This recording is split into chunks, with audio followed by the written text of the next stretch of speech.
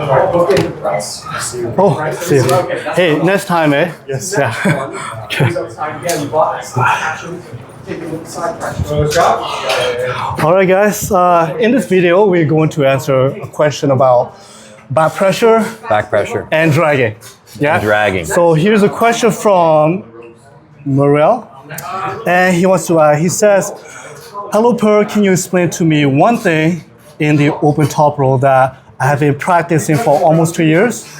I am very confused by back pressure and drag, especially when I watch matches from Larratt. Does back pressure go first and then drag? Because I have more control when I don't think about back pressure and only do drag. Thank you in advance." So basically, he's asking the difference between them and which one goes first in an open top roll arm wrestling move. Yeah. Okay, well that's a great question. So in the open top roll move, you're trying to get a stop. You're trying to get hand control. You're trying to. When you do an open top roll, you might not even necessarily be trying to do an open top roll, but it finds itself there. So the definitions in arm wrestling can be a little bit vague, but we'll say that back pressure is something with elbow flexion. You're making this come close, and normally when you do that, it's through the top knuckle. Normally you'd be in a strap. You want me to throw it on? So do you need a strap in an open top roll? Oh yeah, for sure you're gonna end up in a strap. Yeah. So first thing, it requires the strap. I would say yes. To do a really good, proper open top roll, you're certainly not holding on, so the likelihood of getting a strap is really, really high. If somebody wants to hold on to you, that's fine. It's just that nobody should hold on to, a really slick top roller. You shouldn't be holding on to them. Yes.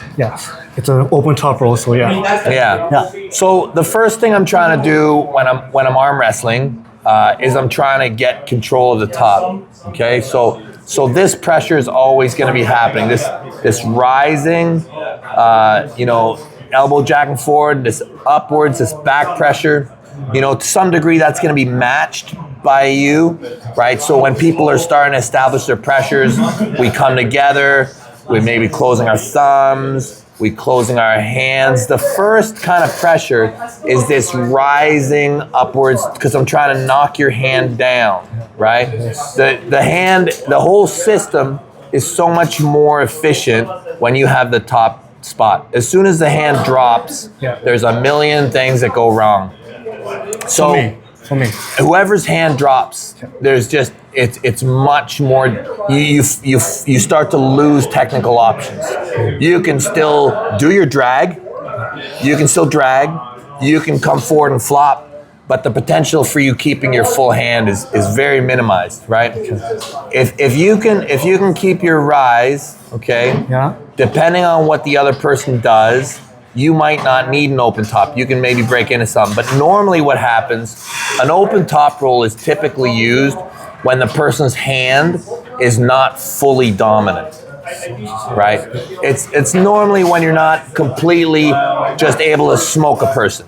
So it's great for high level arm wrestling where people are close, right? So when you're trying to set it up, the first thing you're doing is you're trying to pull up high as much as you can and trying to get as much height as possible.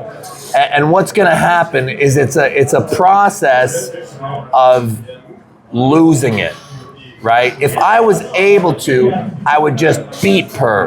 But what's going to happen that forces an open top roll is I start to sense that it might not go quite like that. So what I'm going to do is there's going to be a subtle switch in my up pressure. So I'm going to continue to pull up, but I'm going to kick my wrist back.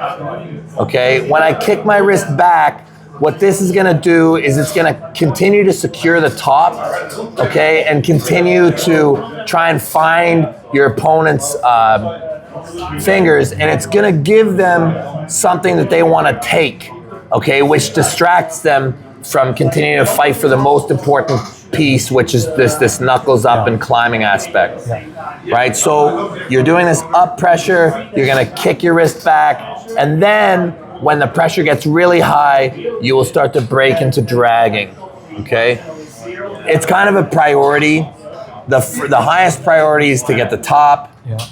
If that starts to fail, you continue to keep the top, but by giving away your wrist. Yeah. And then when the position starts to fail, the pronation, you start to isolate your pronation and just drag on the person's bicep. This is kind of the process where you fall into a King's move. When you stop the King's move, okay, the entire thing is to try and regain the ability to come back up. Regain the ability to come back up, potentially start to feel if your shoulder can come in, but just continue to try and take the hand. So it's a balance between up and drag, back pressure, dragging. Yeah. So in terms of order, like he was asking, it's really the rise and this pressure in this direction towards you.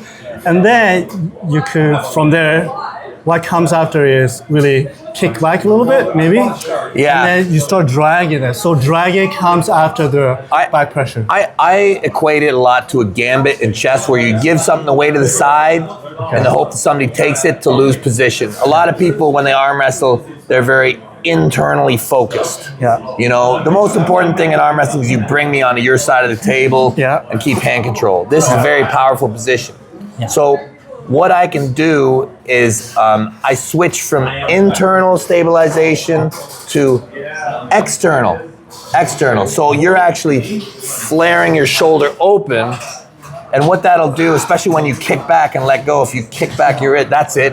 You see, now it targets the fingertips so much better, facilitates you walking over, then you can drag it, and then you come all the way forward, climb up, and you can continue to swing out to the outside, because by swinging out this way, it continues to hit the person's fingertips more, which is really what you're after. Okay. Yeah. So in summary, it's really, they work together. Basically, you have to have both. It's not just one or the other.